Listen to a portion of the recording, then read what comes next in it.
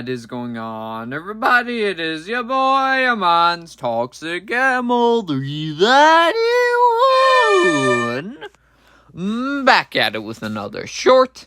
And today we're going to be ranking all the Survivor Series 2023 War Games matches and segments from the worst to the best on the tier list, of course. But before we get to actual beginning of the video itself, guys, if you have missed my previous toxic tier list rankings I've done in the past, they are on our playlist on my YouTube channel if you'd like to check that one out, because we do lots of different tier lists. We do movies, we do characters, we do matches, and all that stuff. Also, don't forget to subscribe if you're new to the channel, because number one, it's absolutely free, and number two, we're on the road to 500 subscribers now, just 99 away now. Really help out your boy if you did subscribe. Also, because for people that have watched my channel for a while and haven't subscribed yet, if you missed my previous, wait, I already said that. My bad. I don't know why I would do that earlier.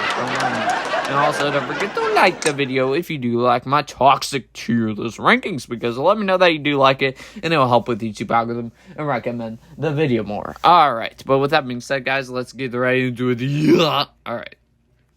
So, for the first match slash segment, well, the first match, or the first part of the show, whatever, that happened was the Survivor Series War Games match for the woman. And it was Team Bianca Belair, which was Charlotte, Shotzi, and Becky Lynch, versus Damage Control. Bayley, Io, Sky, Asuka, and Kairi Sane, because Dakota is still not clear to compete.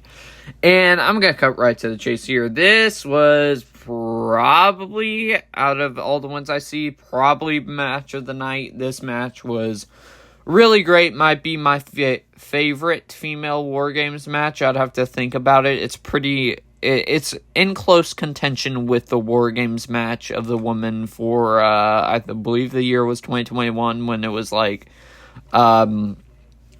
team... You know, the one with Cora Jade doing the senton off the top of the cage, and then Io, Sky, and Raquel were in there. You know what match I'm talking about. There were some botches here and there, but there were tiny botches. This match was still phenomenal. All women had a chance to show out here. Shotzi got a lot of moments to shine, which I really did appreciate, because they've been doing nothing with her as of late, really, like nothing memorable at least. So to see her get a few moments in there, that was pretty cool.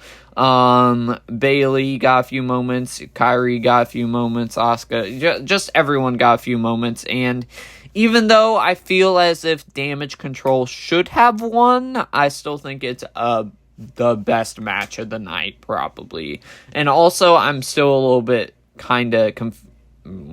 angry that it's Becky on the other team. They could have used Jade Cargill. Whatever. But anyways, alright. Now moving on to the return of R-Truth for the Ruffles advertisement. And I hated, well, if we put the product placement for the matches and stuff, it would probably go into the okay tier, but because, like, when they did that for the Women's War Games match, it was very distracting from the match, so I didn't like how they did that throughout the show.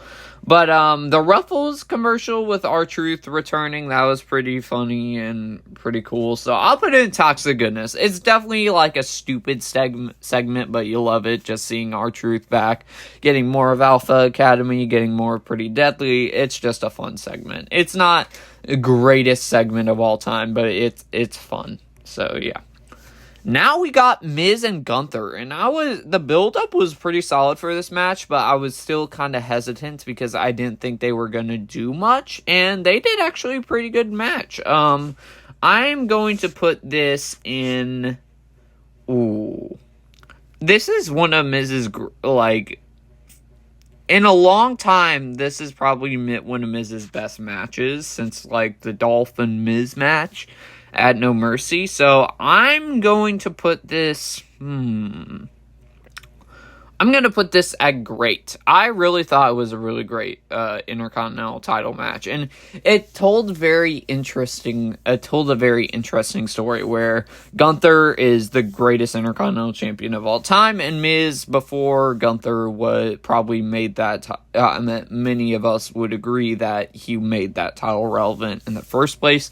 So having these two collide, and yeah, it was a very, very solid match with some pretty shocking kickouts. I knew Gunther was going to win, but I got psyched out a couple of times where I thought Miz was going to win. So, yeah, it is a really great match and one of Miz's best in a long time. Then we got Dragon Lee versus Santos Escobar. Probably the match, there's another match, but probably the second match. I was actually looking forward to this match when they announced it because athleticism and stuff, and they're really good wrestlers. So, Dragon Lee versus Santos Escobar surprised me. I thought it was going to be, good, but it was a great match. Even though I think we should have had some interference in there and shouldn't have made Dragon Lee lose so cleanly yet. Still a great match between Dragon Lee and Santos Escobar because the right call was to give Santos Escobar the win because his new heel character, so you gotta keep on building him up. But if they gave the win to Dragon Lee, that wouldn't make much sense. They could have just had a DQ victory or something, but it was a great match. Great spots here and there. The crowd was actually pretty good for this match. I was expecting them to not be so electric, and they were pretty electric during this. So, yeah, it is a great match. I'll put it over Gunther and Miz because there were some slow moments in Gunther versus Miz, but it's still great.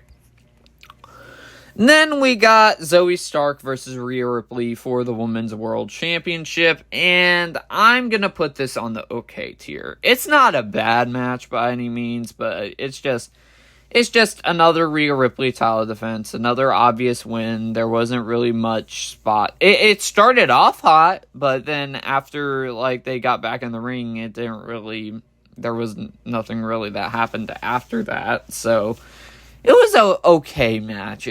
I can't really say much about it. It's just okay. It's so I wouldn't recommend to watch it, or I wouldn't not recommend to watch it. It's just mid. It's a mid match. Then we got the men's Wargames match, and the men's Wargames match goes into the great tier. I don't think it's as phenomenal as the women's Wargames match, but it is still a really great Wargames match. All of us were pretty excited that learning going into it that Randy Orton was going to come back, and it started again with oh wait, no, never mind. I was about to say, it started fast-paced. No, it started pretty slow, but when it started to catch its groove, I really started to enjoy the match. All Cody's team members had a moment to shine here. Jay, Cody, Seth, and Sammy, and Randy. So that was pretty cool. Judgment Day had some pretty cool spots, furthering stories and stuff. And yeah, it's overall a great match. And speaking of, let's bring out the return of the Viper. And for his return, he actually did quite a few stuff. I'll put it in the great tier. I'll put it at the top of great tier because we were worried for a second going, is he not going to come out? And he did eventually come out, which was cool, and stopping the cash-in from Rhea Ripley on Damian Priest. And Randy took quite a few bumps, surprising. Well, he didn't really take a bump, like getting slammed on the mat or anything. Well, if you count the RKO, yes, he did. But he just mostly got stomped and kicked, but he did a lot. He did a couple draping DDTs. There was that cool spot where all of them did draping DDTs to the Judgment Day. That was really cool. He did a couple of scoop power slams and also an crazy RKO to JD McDonough from the top of the cage, getting dropped right into him. That's probably in the top 10 RKOs of all time. And yeah, he did a lot, and hopefully he stays back for a while, man. Hopefully he stays back for a while. And then Last but certainly not least, we have the shocking return of CM Punk. I was expecting it to go off the air, and then when I heard that, like that sound, I don't know what the proper term is called, but I literally gasped. I think I had the loudest reaction to a return ever at my household. So this is best of the best. It doesn't matter. These two are tied. It was so out of the blue that CM Punk came back. There were rumors that he was coming back, and I was like, nah, they ain't doing that. They're just teasing Chicago. And so, color me shocked. I was surprised. It was actually CM Punk coming back, which I'll put it at the back, because hear me out. The return was very well done, but I'm very hesitant still, because all this stuff with AEW, how he got into a lot of backstage fights and stuff. I don't want that happening in WWE, so I'm hesitant about the return, but it's crazy that he's back in WWE, if you get me. But with that being said, guys, that is my tier list ranking of all the Wargames 2023 matches on Survivor Series. But before we get into the ending of the video, what's up, guys? Don't forget to subscribe if you're new to the channel, because number one, it's absolutely free. Number two, we're on the road to 500 subscribers, just 99 away now. Really help out your boy if you did subscribe. That also goes for people that have watched my channel for a while and haven't subscribed yet. If you missed my previous toxic tier list rankings I've done in the past, they're in a playlist on my YouTube channel if you'd like to check that one out. Also, don't forget to like the video if you do like my Survivor Series of Wargames 2023. If you like my toxic tier list rankings, I cannot speak. Leave me alone, please. Also, don't forget to ring the bell for all notifications and notification while upload, because we do multiple uploads here on the channel every single day. Also, do share the video, because also, it gets some more people join that toxic fam. And do feel free to comment your lists of the Survivor Series Wargames 2023 matches and segments down below. But with that being said, guys, I'll see you on the next one, everybody.